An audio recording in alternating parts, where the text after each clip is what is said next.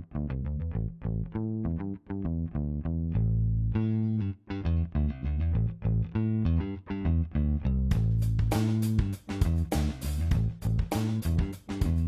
day, students, teachers, and those with a general interest in America's Constitution and Bill of Rights. This is the 10th episode of our winter-spring season of the Constitution and American Life. With us, the Friends of Publius. Regarding today's topic, which we're going to be dealing with the COVID pandemic and how government is possibly set up to deal with such issues. When I read the question at first glance, I thought of this is a public policy discussion, which is not my favorite discussion, partly because I think it lacks foundation. However, with a deeper look, I came to understand that it reveals, in my mind, the framework for a very important conversation about America and its system of government. For those of you who don't have the institutional history, the original design of the We the People program was that Unit 6 would be a culminating hearing. That the students who had to work in that unit were expected to be able to draw from the previous 5 units there. And I will say that after researching and looking at this question, that it is in fact a perfect illustration of that original design of the We the People program. Now, I don't know if that's still the concept or still the idea behind it there. But if we think about it, this question, which deals with the government's response to the pandemic, obviously is going to deal with Unit 1. In fact, I think the second bullet on the question, is going to ask questions about the common good versus individual rights. Obviously, there's a constitutional government, limited government, rule of law element to this. Obviously, there's a Unit 2 framework, federalism, institutions, federalist, anti-federalist debate element to this. No question, there's a Unit 3 element to this, specifically with the 14th Amendment, due process, privileges and immunities, and equal protection clause, and the implied notion of federal powers here, federal police powers actually is what I like to get to. And then obviously Unit 4 deals with institutions, what has been the role of Congress, the presidency, the judiciary in this ongoing pandemic. But most importantly, Unit 4 deals with federalism, and that's going to be somewhat the focus of our conversation here. Unit 5 obviously deals with rights, most specifically, I think the First Amendment and the religious clauses, the establishment and free exercise clauses, and the individual right in healthcare and education is going to be part of this question. So what do we hope to accomplish in the next hour? Well, one, we want to address the question of how challenging our governmental system is when considering the federal system that the framers compromised on. Secondly, we want to address to some degree how that system works when it comes to public health and education. And lastly, hopefully, how do we address the concept of individual rights in the framework of Republican government and the absolute necessity to consider the common good or the good of the many? So, gentlemen, welcome. Good to see you as always. We're going to start off with now our more traditional question, and that is if you could give some advice, recommendation, thoughts on all of the questions encompassed in Unit 6, Question 2, and do you see any landmines, booby traps that students might be aware of? So let's start off with Chris. Thoughts on the question in general? Well, they are using probably one of my favorite quotes of all time. So, I mean, in the lead-in, the Madison quote, because in my classes, that was the first quote we always memorized. And we talked about the line, right? And that line is constantly moving in terms of the expansion of government power vis-a-vis individual rights. And, how that goes back and forth, and is constantly in flux. And so I really love the quote. And I think the question, it really is asking the students to take a position and defend it. Because I don't know that there's a right or wrong answer here. I mean, Dave, you did a nice job in the lead in talking about how this really encompasses much of the curriculum. And I mean, that's the thing that we've said before, there maybe aren't right and wrong answers. They're just better arguments. So I think it'd be good to make sure the kids on the panel and teachers have considered, it's almost like the Goldilocks version here. Is it too much, not enough, just right kind of thing? So be prepared for all those. I'm not sure there's a landmine, but I think that stick to your guns, take a position and be able to defend it, and prepared to be challenged regardless of which side of the fence you end up on. Professor Williams? Yeah, I just want to agree with Chris. I thought your framing of this for everyone was like really, really well done. And I think your framing of it for me kind of shows where the possible landmine is that everything's here. And sometimes it's usually not the case in my experience that Unit 6 questions do this, right? Usually with Unit 6, students struggle, like where's the constitutional analysis come in, right? And with this one, as I was kind of preparing for it, I was thinking, man, I could see a presentation on this that could just be all about Commerce Clause, and it could be about 10th Amendment. This could just be a constitutional analysis. And so my suggestion is to pay attention to the institutional things that Dave mentioned, but also I think, I'll call it culture, values, I think need to play into it. And I think you also need to think about leadership and how leadership plays into how certain values get magnified or diminished during times of emergency. Professor Moore? Yeah, I think if teachers and students thought that this was a policy question, I think your opening, David, disabused them of that. Because I do think this is a great opportunity for them to incorporate all the units. History, I mean, the history of epidemics and pandemics in our history. To Mike's point about institutions and leadership play into that as well. But I think if students, if you leave this just as a policy question, you're going to disappear into a great middle of the bell curve in scoring. I think the better scores in this is going to hit the direct link to the Constitution and to history. So in that regard, I think you need to go back and listen to Dave's opening 5 minutes where all the units are relevant in this question. This is not a policy question. I mean, it can be, but you're going to get a lot of 5s and 6s, frankly.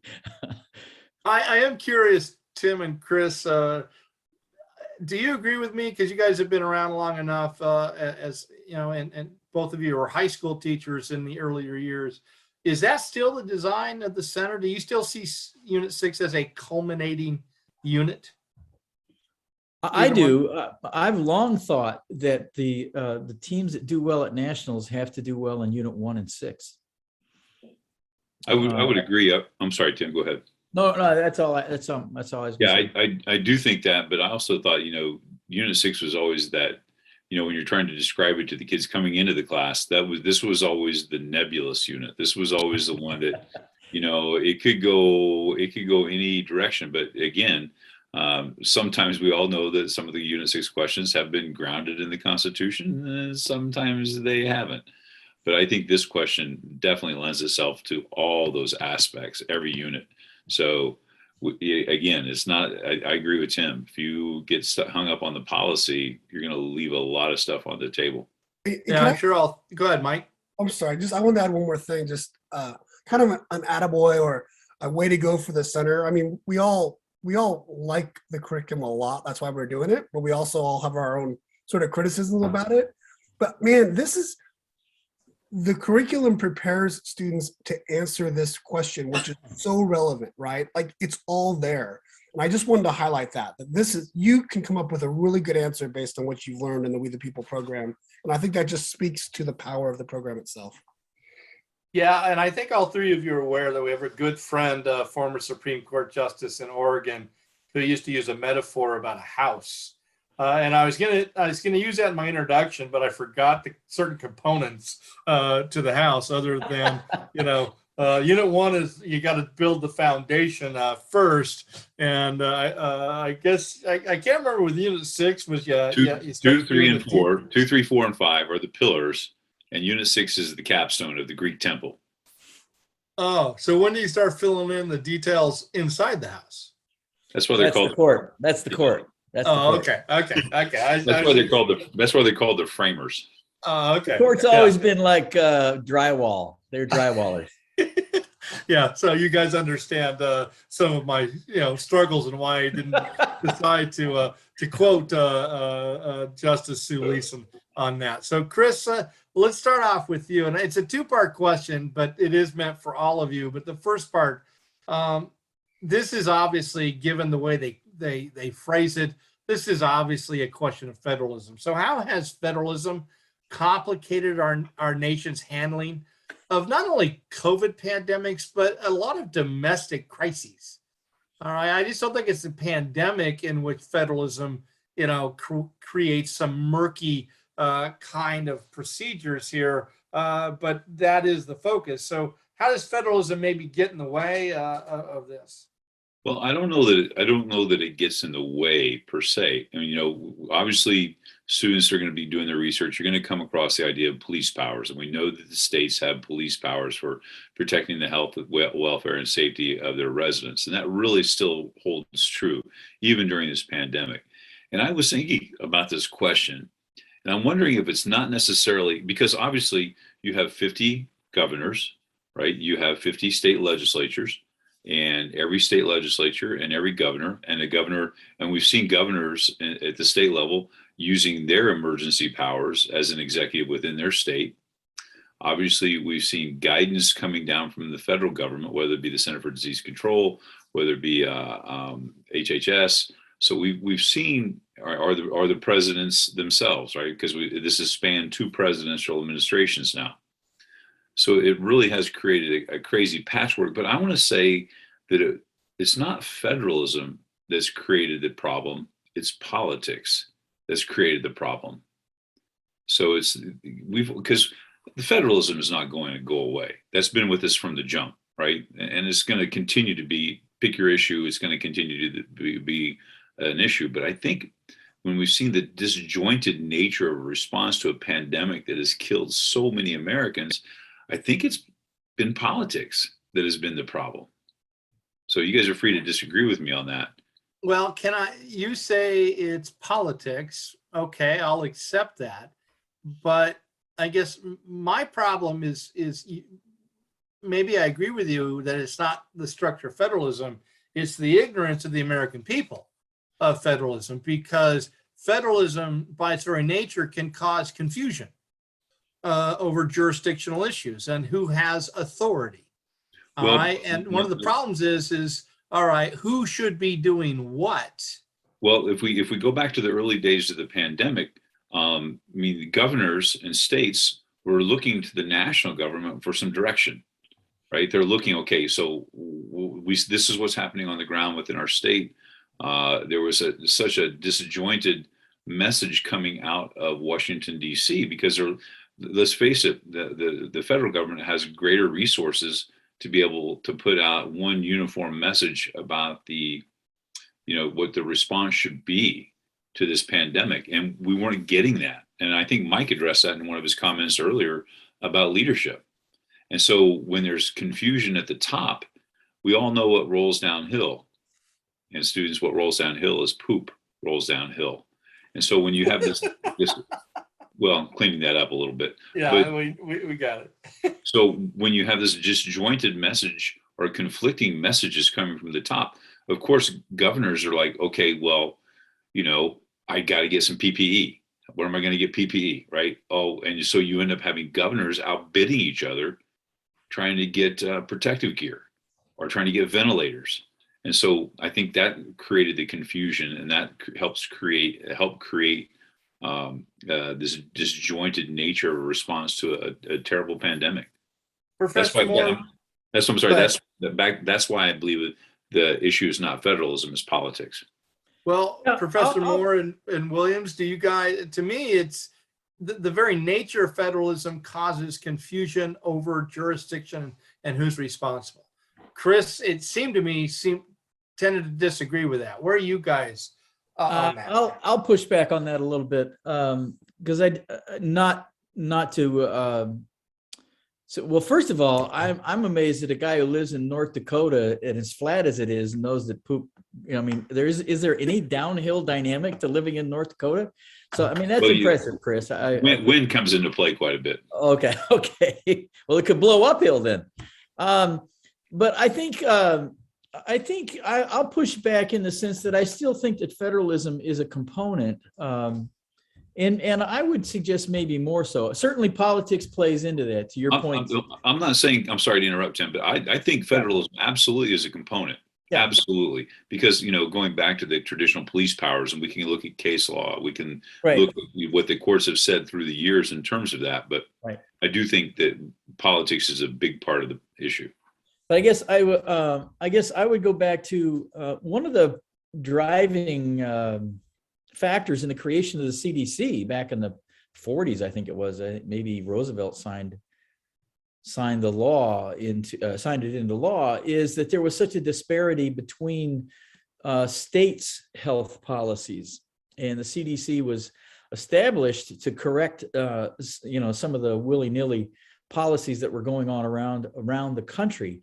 So I guess I would suggest for students' consideration that federalism is the key problem here in creating policies, national policies.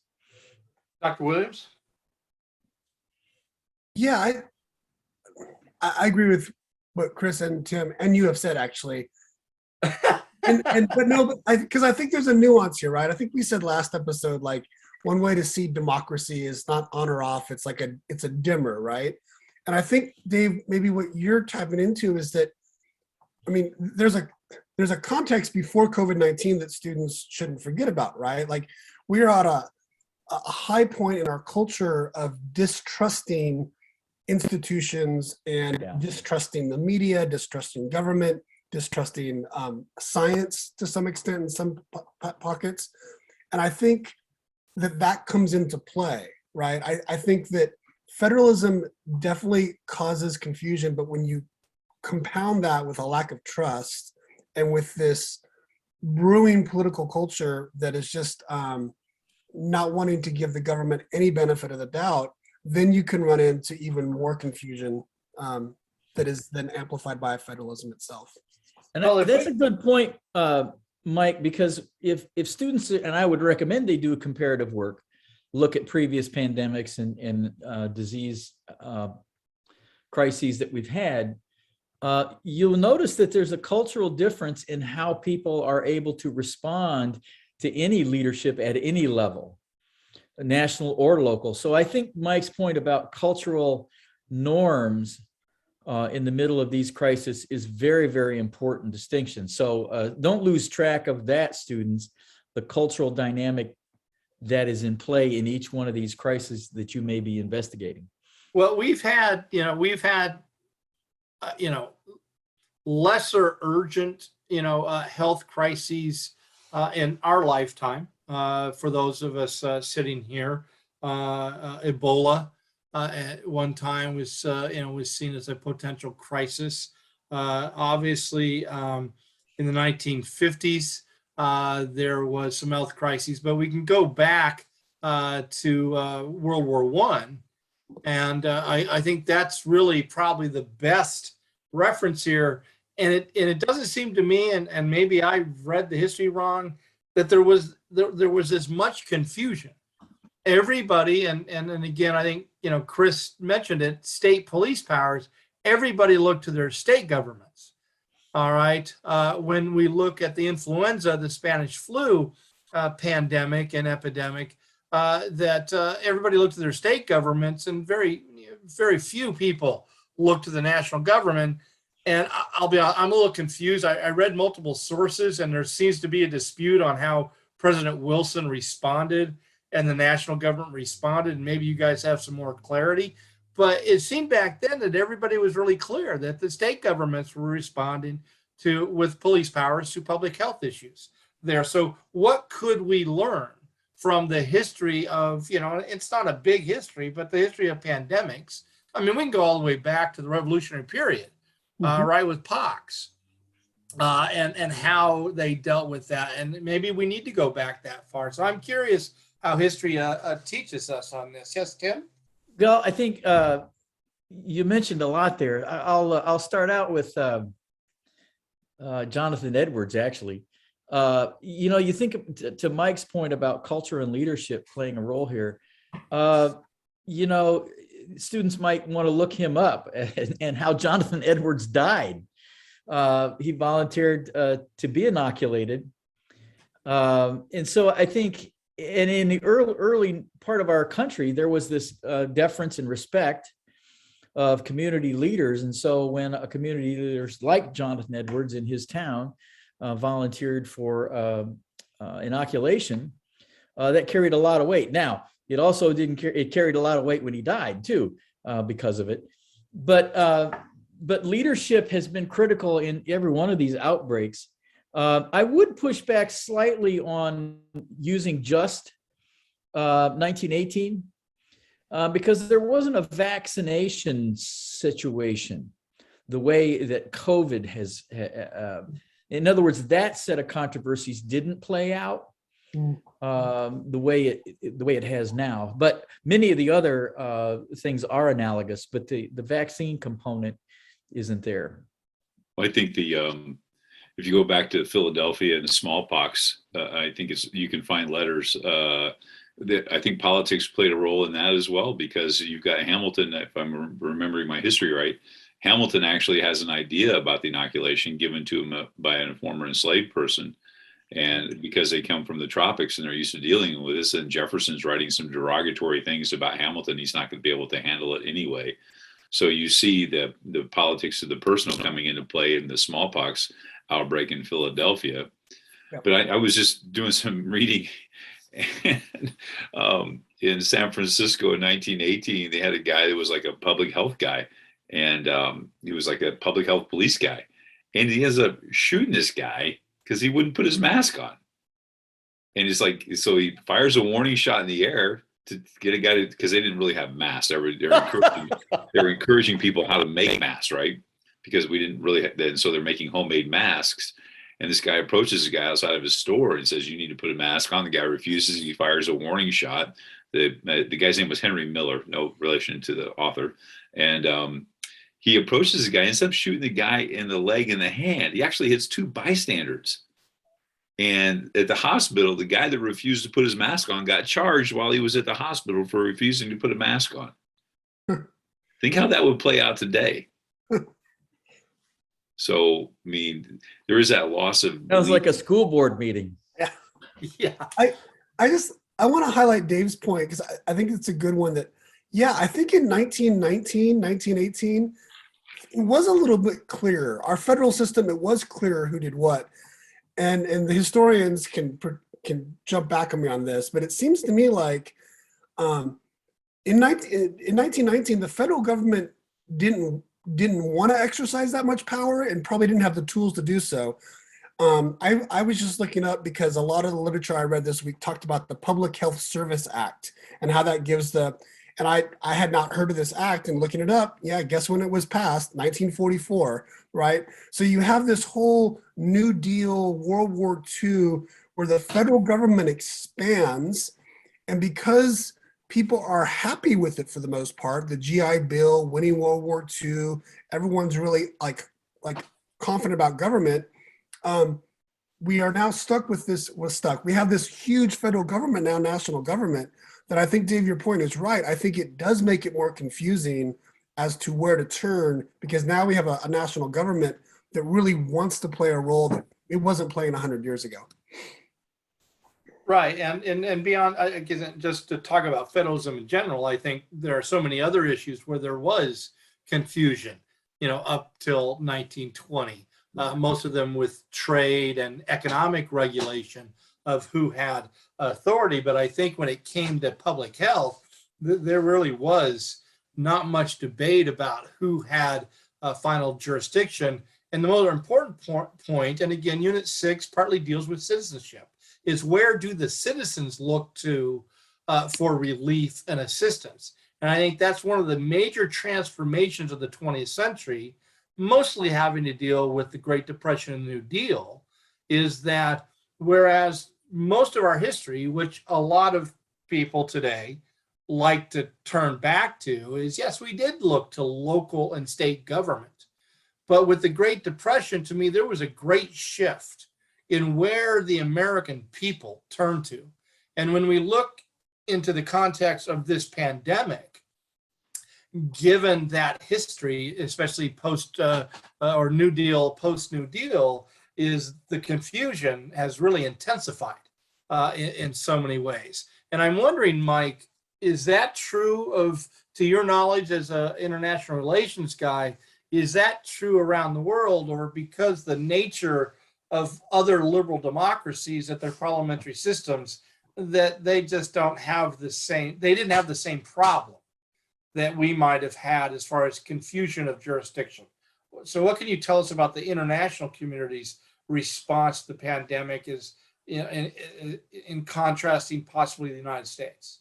Yeah, I don't know if I have a good answer to the question of how people in other countries like perceived who was in charge or who should take charge. I haven't seen that data. There's data out there definitely like asking other people around the world, which countries do you think handled it best? But that's a different question. But what I can— I'd actually like an answer to that at some time tonight.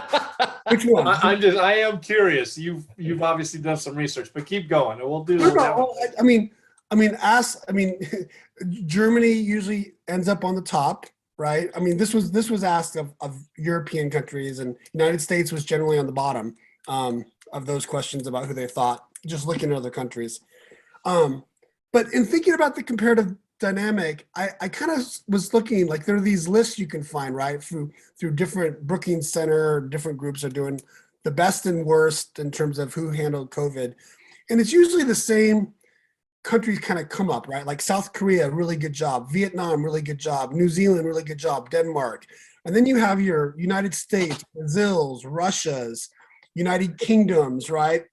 Those are kind of like the bookends, right? No, I'm being serious. And I started looking at those lists and thinking, okay, is this a democracy versus non-democracy question? Like, could an authoritarian regime just do better in a time of emergency?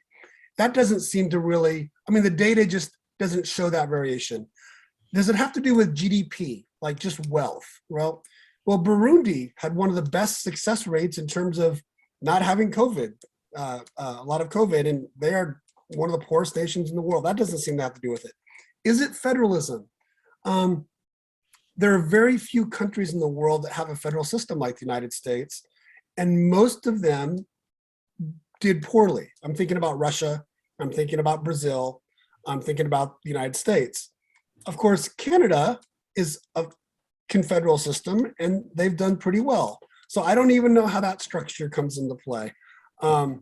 So I really think that for me, it comes down to the issue we were talking about earlier, this combination of like leadership and trust and how that played together.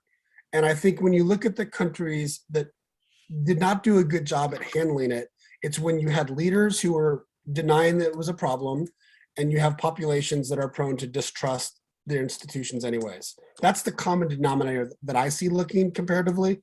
But Chris, Tim, and Dave, I'm sure all of you have your own reflections. I'm listening to you, Mike, and I'm thinking, are you answering the last bullet?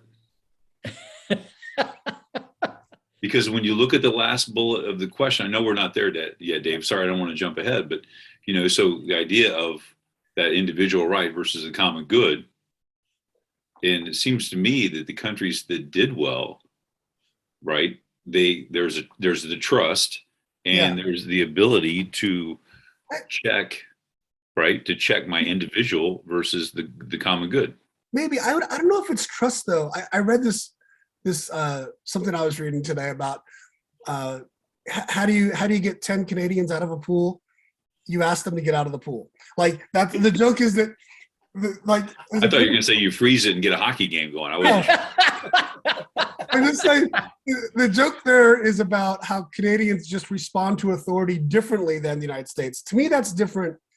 It has to do with trust, but I think that's a different relationship as well. I think, for example, India did a pretty poor job, right? But I think that had to do with leadership, and it had to do with like the lack of good policy. Not that people living in India would not have followed what the government wanted to do, because I think we see from the opinion polls that they would have, right?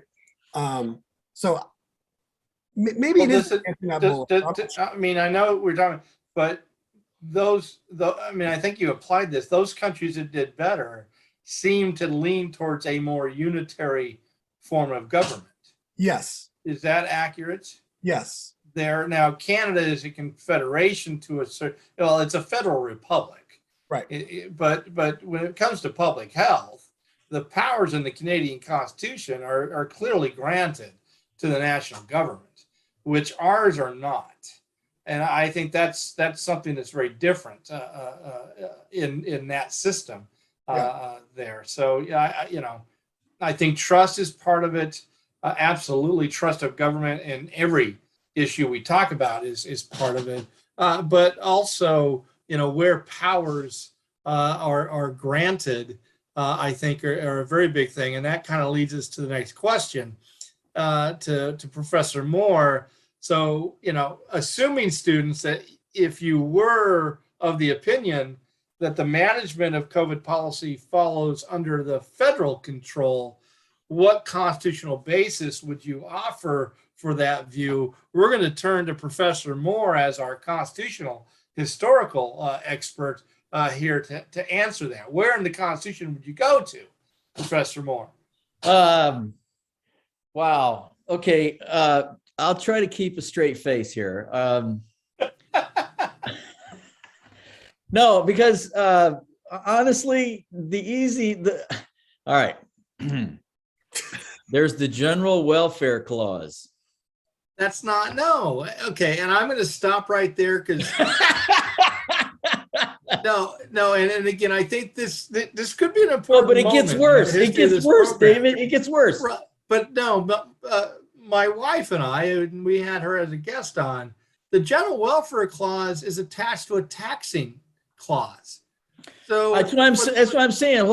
Okay. You got to keep a straight face. Well, the other thing is originally a lot of this health stuff had a lot to do with being afraid of immigrants bringing in communicable diseases. So there was an apparatus set up, a health apparatus set up kind of under the immigration provision of the Constitution. Now, whether that, so the historical piece is immigration.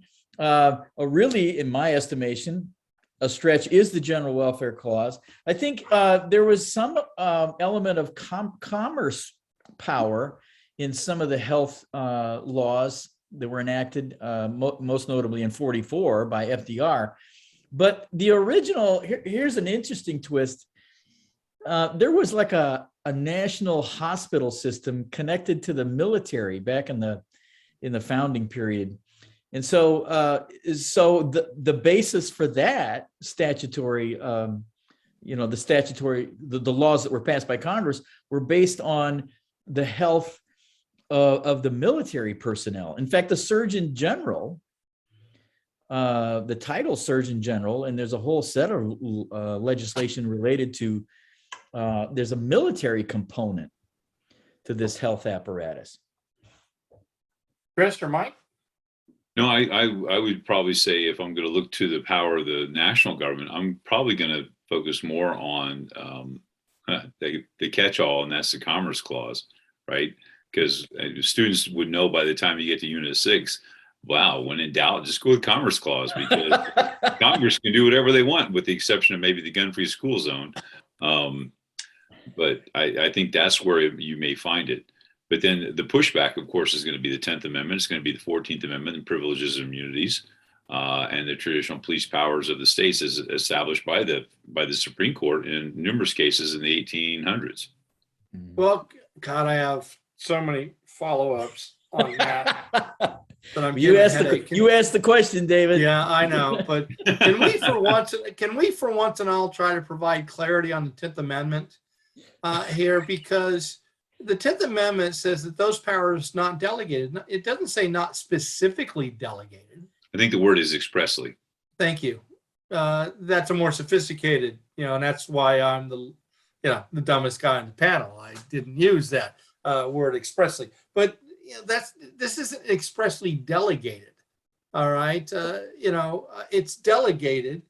All right. I mean, you guys know where I'm going here. This 10th Amendment argument. This is where it even gets more bizarre, because this is an administrative. You want to talk about a constitutional nightmare? Administrative agencies. I mean, so every administrative agency is supposed to be grounded in some sort of constitutional clause. So, I mean, where does the CDC fit in that? Where does the NIH fit in that? So the whole question of administrative agencies, I would say, well, there's your constitutional basis, but the rebuttal is, where's that in the Constitution?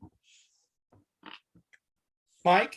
Well, and maybe this is what you were getting at, Dave. I'm not positive, but I mean, in the Gibbons case, right? I mean, Marshall actually says in that case that quarantine laws, quote, form a portion of that immense mass of legislation which embraces everything within the territory of a state not surrendered to the general government. So, I mean, we can break apart like a COVID response versus, okay, what do we know are the individual, like, could the national government have quarantine versus isolation? Well, I don't know. According to Gibbons, Marshall has said, no, that's up to states, right? But, and maybe I'm wrong there, but one more quick thing before. Go ahead, Chris. No, you go ahead. Jump in. I was just going to go back to what Tim had talked about with immigration laws. So with immigration laws, the ability to quarantine did exist for the national government. Perfect.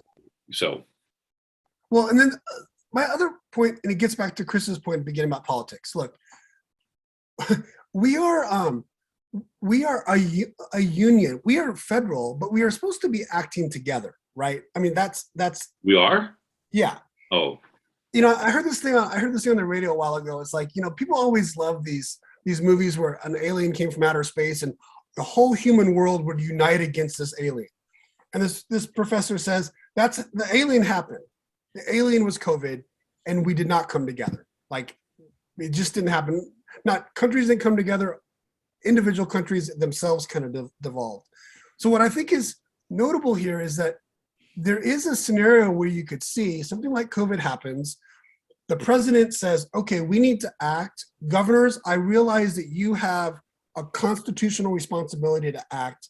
Let's work together on putting in some policies where we can be helping each other to stop this thing, right?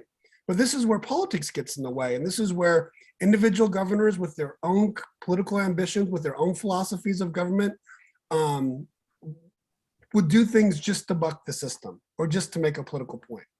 Well, isn't it as simple as this? I mean, at sometimes we are 50 independent states.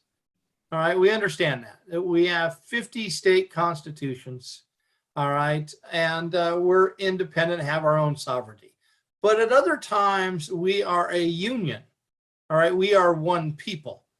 And the federalism line seems to me as soon as something crosses state lines, and that seems to be where the court went, and they obviously went farther than that, but when it crosses state lines, we are one people. Well, COVID, obviously, with the way it was transmitted, crossed state lines. So to me, it was very clearly a national problem, and therefore needed a national response. That seems to be, to me, the fifth grade answer to this, that those elements, those issues that cross state lines become a national issue. Those issues that stay within states are left up to state issues. How is it even more complex than that? Or why is that not as simple to other people as it is to me, Chris? I'm not disagreeing with you, David, because that would be the common sense thing. I think there's a lot of things at play, and I think the big thing at play is our history. mean, we come from a history where states, we have so many people that are anti-federalists at heart, and especially in this day and age, right? We have people that are not going to buy into that concept of what you just described, because for some reason that's going to rub them the wrong way. But I think, David, you also alluded to this earlier. I think this was spot on.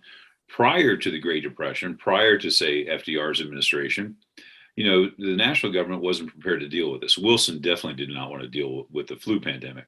And it was left to states to deal with it pretty much on their own. And people were not nearly as transient then as they are now. Now, post New Deal, post Depression, we do look to the national government, to solve a lot more issues for us. And like rightfully, they kind of do, because, how many people said, well, I was researching on the internet. It's like, well, wait a minute, you can research better than the doctors at the CDC. So you looked up one article on the internet and now you're an expert on communicable diseases. And so there's that dysfunction and it goes back to what Mike said, this lack of trust. So we have changes of people, but not changes of people, because at our heart, we still have so many people that are loyal to their state more so than to the country. And to piggyback on that, I mean, the modern history has not helped us much either. I mean, I look to the, 20 years ago when the whole, speaking of internet, the whole thing about vaccines and autism got a lot of traction in a lot of corners of our society. Combine that with the tremendous suspicions about Obamacare. I think our recent history has really not served us well to think clearly in the COVID crisis. So Chris's point is I mean, as a historian, the cockles of my heart are warmed, but the recent history hasn't helped us much either. Politics. Yes, Yeah. I think. Well, I understand it's politics, but you guys need to be constitutional scholars. The recent history is very clear, Tim. You talked about it. Mike talked about it.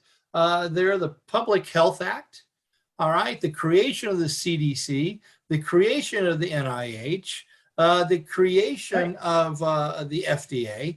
I mean, that is Congress legislating, all right, through representation, through the powers of the Constitution in Article 1, Section 8, necessary and proper clause, combined with commerce or general welfare, any way you want to go.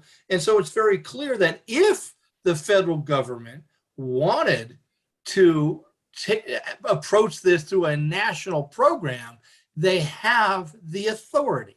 Absolutely right. But to Mike's point, the oxygen in which any laws or any statutes, any decision by the court or any action by any president, there's a cultural context, and the culture is not recipient to top down, especially top down equals.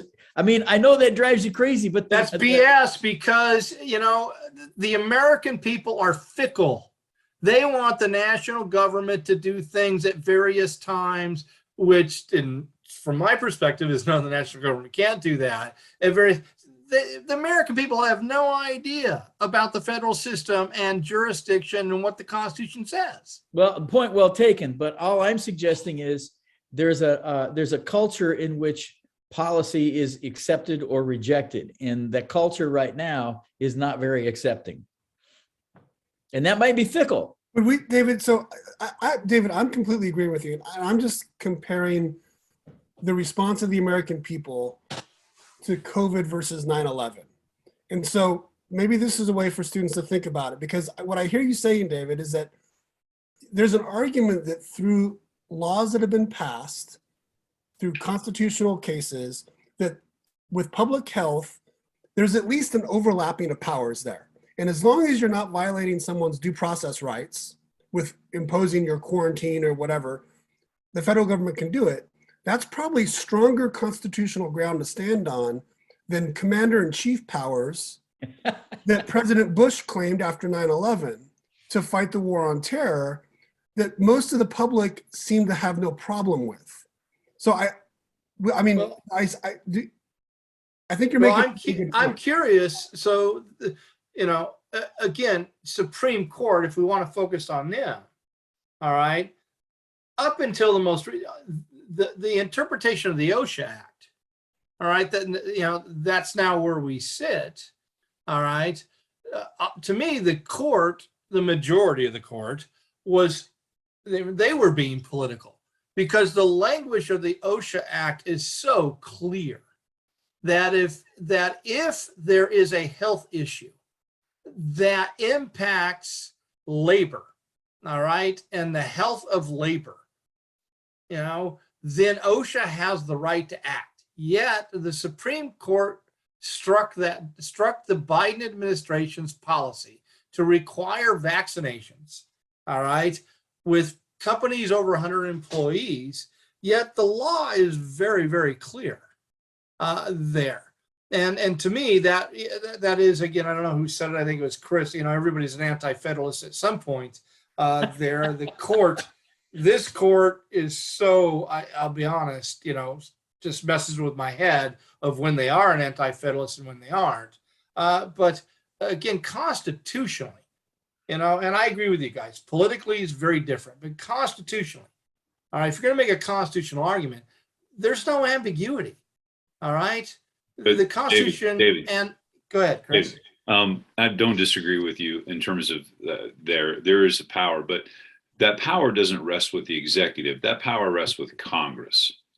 And now you're talking about trying to get Congress to get their act together to be able to come up with a unified message that we're going to use the powers given to us within the Constitution to try and come up with some national policy that will give great direction in the middle of a pandemic that is killing hundreds and thousands of our people and wrecking our economy and doing great damage. And it tells you how feckless, one of my favorite words, feckless, students, F-E-C-K-L-E-S-S. Second right? F word. Yeah, well, yes, that's right, Your Honor. This man has no feck. He is feckless. That Congress can't get it together to come up with a unified policy. But isn't that the point? I don't know that I mean, you're right.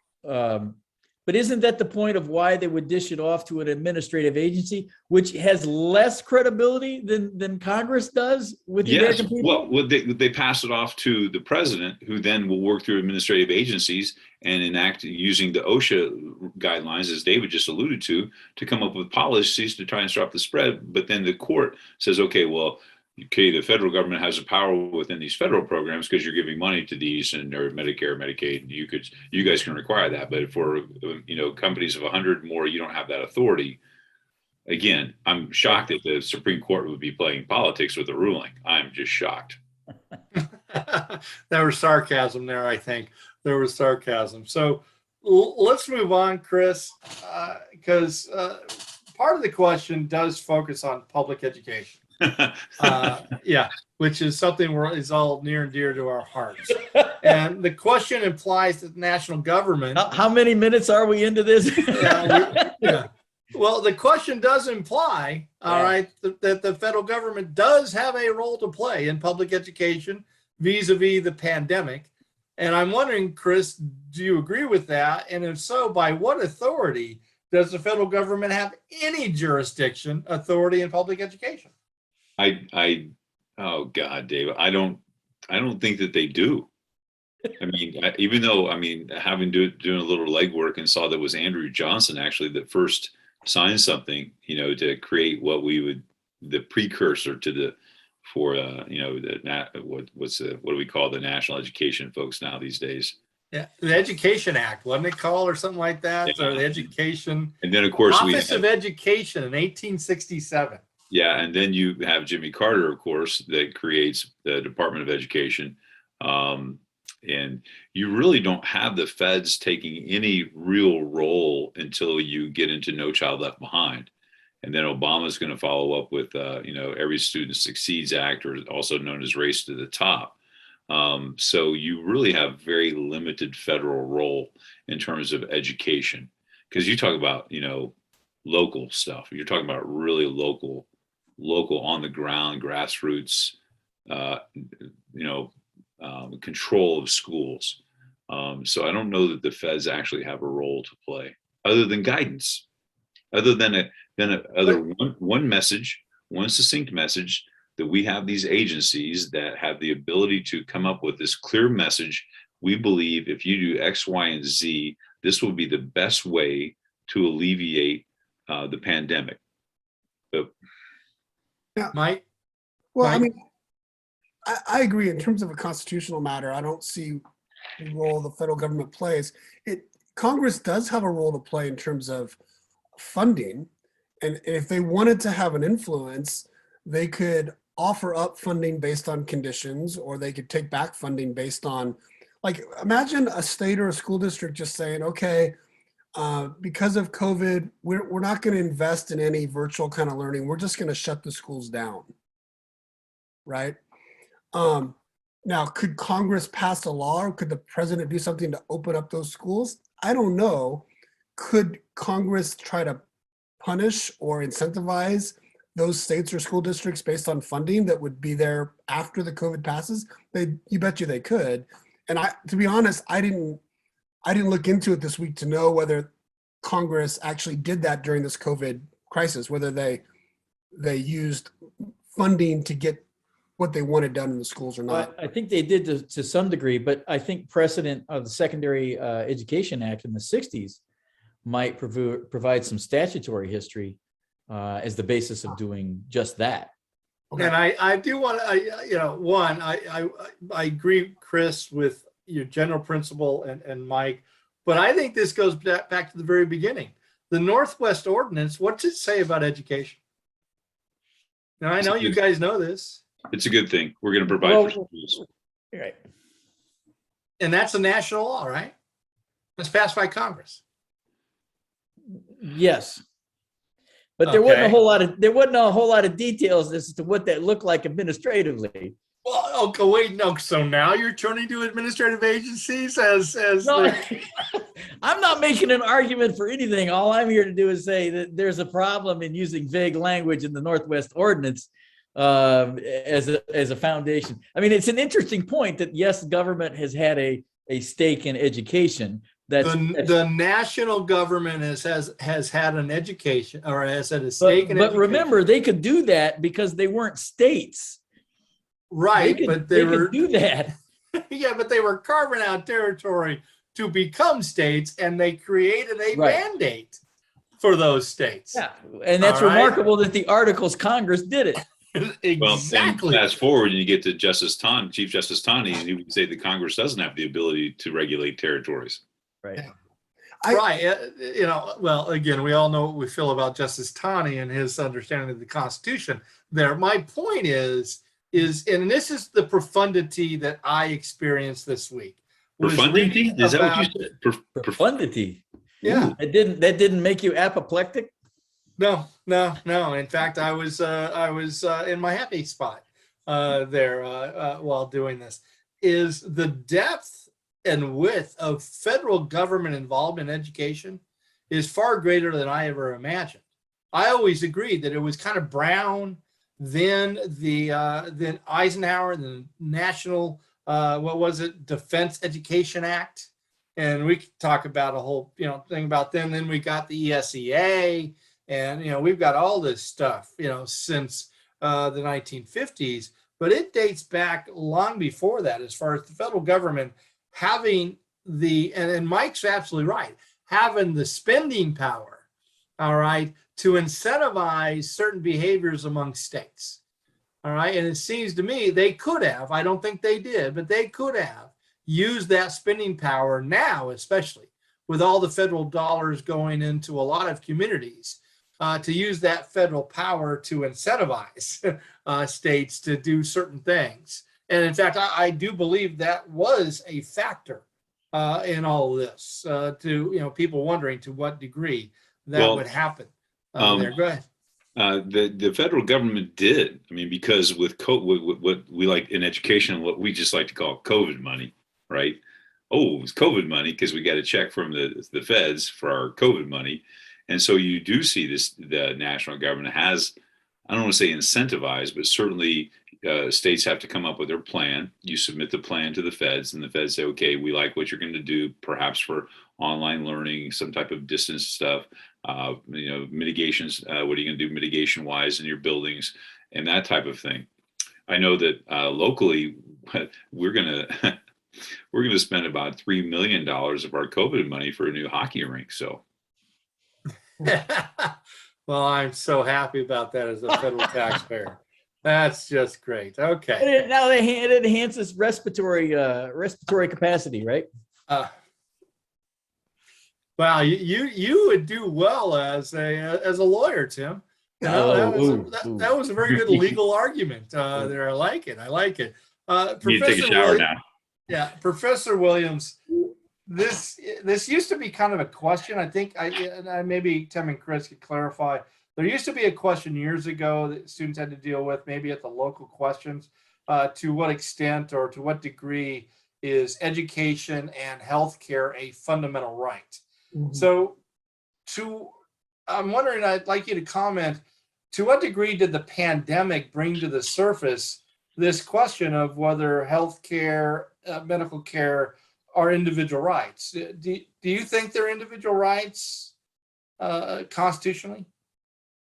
The right to health care and therefore the right to deny health care? Oh, okay. Those are two different questions. I know they are. I'm sorry. I apologize. No, it's all right. Let me reflect on the first one first. Because I think there was a brief moment during the pandemic where there was a sense of, man, we could all get sick from each other. We need to all be taking care of each other. We were applauding the people going to the hospitals, the doctors and the nurses and stuff. And then, things happened, right? We had the social justice protests through that summer. And it seems to me that now I don't see that as part of the national debate. It's weird. COVID has brought out definitely a debate about individual rights, but it's not the individual rights to be healthy. It's an individual right to be left alone and to be unhealthy if I want to be unhealthy. And like to see yourself as kind of like walled off from the rest of the community, even though we know that's not the way that this virus and other viruses spread. So no, I don't think it has spawned that. And I think that's a super interesting question even to have to raise and have students think about, well, why not, right? And I don't know comparatively whether that had a different effect. I don't know if in Britain right now they're having a different debate about the National Health Service than they did before. I just don't know, but that's a good question.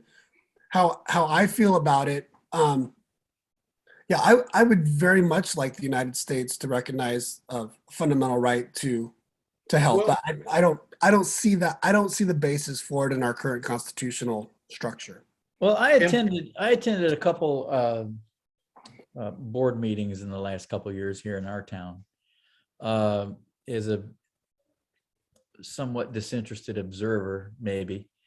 And what I heard was actually an articulation from angry parents when schools were shut down, that their kids did have a right to education. So, and I have to believe that there's a similar kind of argumentation that occurred all over the country. So I think some parents, at least what I heard, they didn't, in some ways it was kind of a backhanded argument, but I think there is in their logic that there is a right to education, and schools getting shut down was a violation of that, their kids' right to it. And I'm not familiar with Waukesha's approach. I mean, when you mean shut down, you mean they went to online.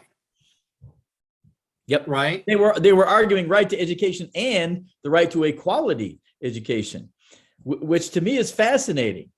So it wasn't shut down where they just closed in, kids had nothing.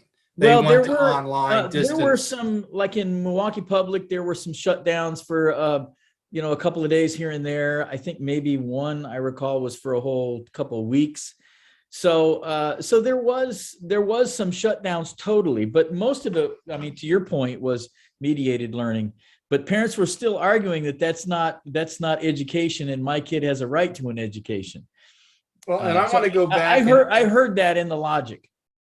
I want to go back a little bit. So I'm just wondering, Mike, your understanding of individual rights, especially in regards to, to this question of vaccinations, masks, and stuff. Does individual rights imply the right to be left alone, in your opinion? That the government doesn't have, and I go back to Unit 1 and constitutional government and the notion of private domain, that there are certain areas of our lives that government doesn't have any jurisdiction over. So is this one of those that is the foundation of the argument in opposition to mask mandates and vaccination is, listen, I have a right to be left alone. I have a right to say you cannot intrude my body. Yeah, for sure. I mean, I think do I agree with that interpretation? Yeah. I don't, because I think that the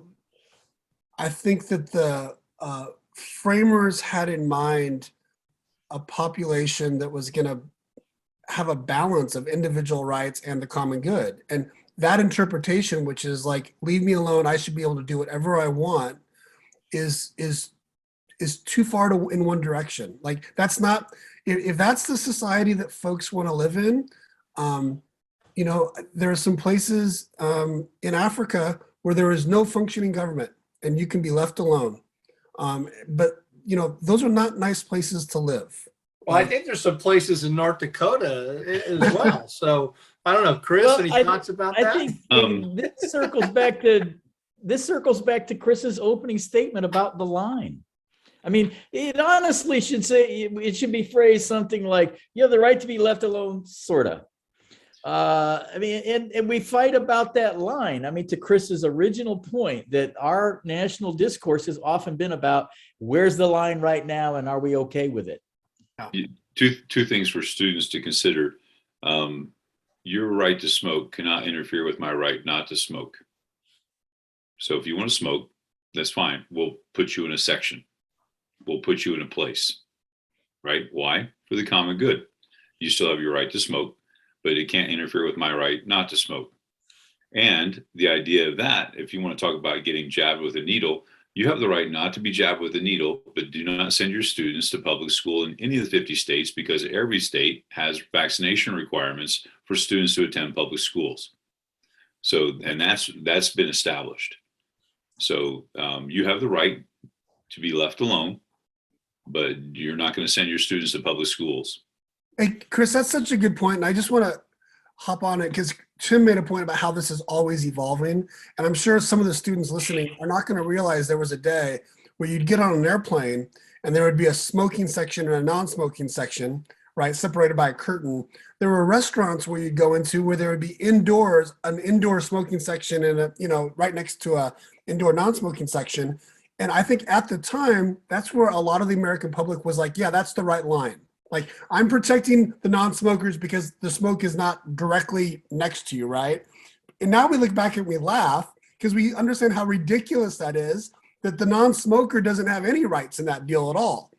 But that took an evolution, and now we would not dream, most of us would not dream about having someone on a plane fire up a cigarette or anything else, or a vape or whatever they're doing these days, right? So I think Tim's point that this evolves, and your point that it evolves, is really good with that smoking example.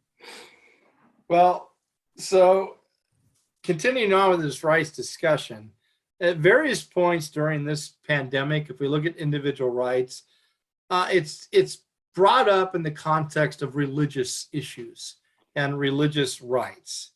So, Professor Moore, what are some of the issues, and to what extent are these debates analogous to other debates we've had over religious liberty? So, right, you go to the token evangelical on this, right? Well, first of all, I don't know if any of us have ever revealed our specific religious beliefs, but I didn't know you were an evangelical. So well, I thought you were a Presbyterian. Well, right, yeah, that's why I'm saying some of my friends would snicker at the mere reference of me being evangelical. But you're right, David. This religious, and I'm interested in that broad topic, as you well know. But yeah, I think I mean, if you want students, if you're going to look into this, your ground zero probably ought to maybe be the Sherbert and how that was modified in the peyote case, and then how they and so the case law is probably important on that. But I think there's a couple of broad themes that I saw that were relevant. Is first of all, it's all rooted in free exercise and claims of free exercise, and that gets immediately to the issue of exemptions, religious exemptions. So I saw a lot of that come into play and frankly, within the context of my own church, there were tremendous divisions within our church about on this issue of should we gather? Do we have to mask? Some of our folks wanted religious exemptions from their pastor to their place of employment. Can I ask you, Professor Moore, at what point does the state granting religious exemptions become the state establishing religious preferences and therefore violating the Establishment Clause? That is the question. I don't know where that line is. I guess I would defer to Chris or Mike on the interpretation on that question, the court's interpretation on that question. Well, Chris or Mike, it seems to me, at least with state powers here, that the courts have been consistent since at least 1902, as far as the power of the state to provide vaccinations or to require vaccinations. And all of a sudden, we see this explosive religious argument. So I am wondering, if a court or if this court is to establish religious exemptions to this, does that not create an establishment question? Well, that's the dilemma of Burnwell, I think. Chris? I was just checking, and no state offers a religious exemption at this time for vaccinations. No state provides of required vaccinations for required school. Vaccinations. No state. Now they will grant medical exemptions based upon individual students, based upon how that may affect the individual student, but no state that requires multiple vaccinations for various things to attend public schools offers a religious exemption. And David, I think your question about the court is, oh my gosh, that's really, in my mind, that's scary to contemplate, because you're going to be carving out exemptions, which will maybe get into a violation of the Establishment Clause case, or Establishment Clause. Yeah, Professor Williams? I don't have anything to add on the case law, but your question is such a good one.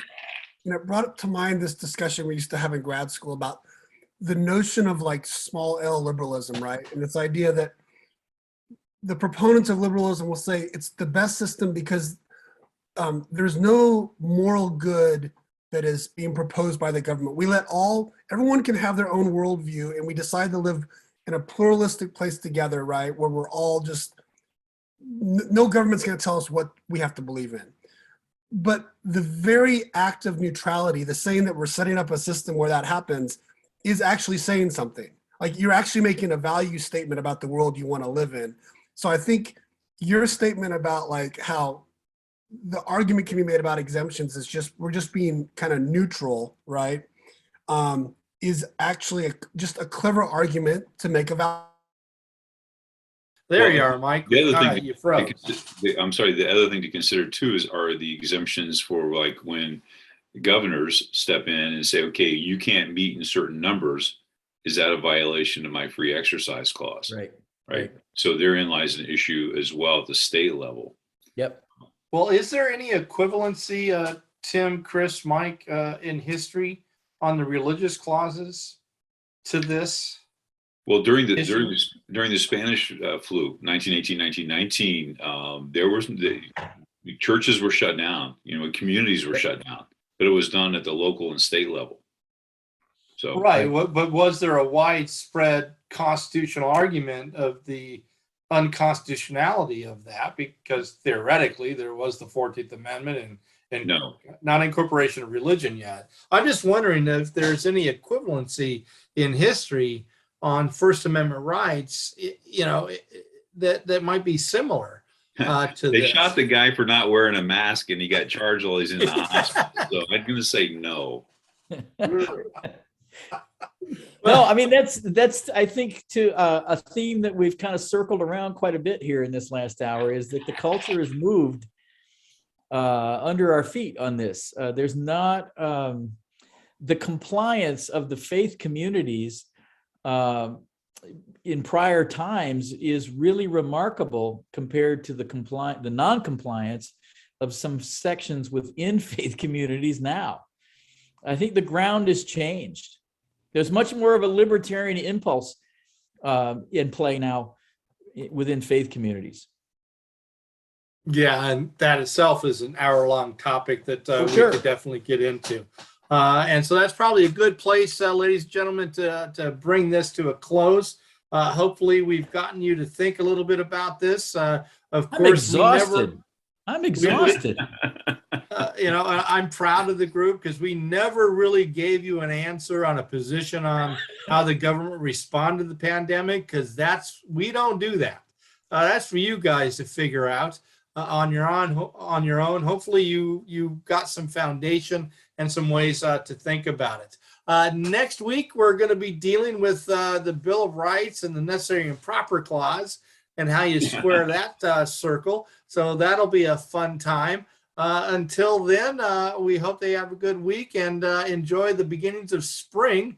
So peace, love, yogurt tacos. Bye-bye. Bye bonds.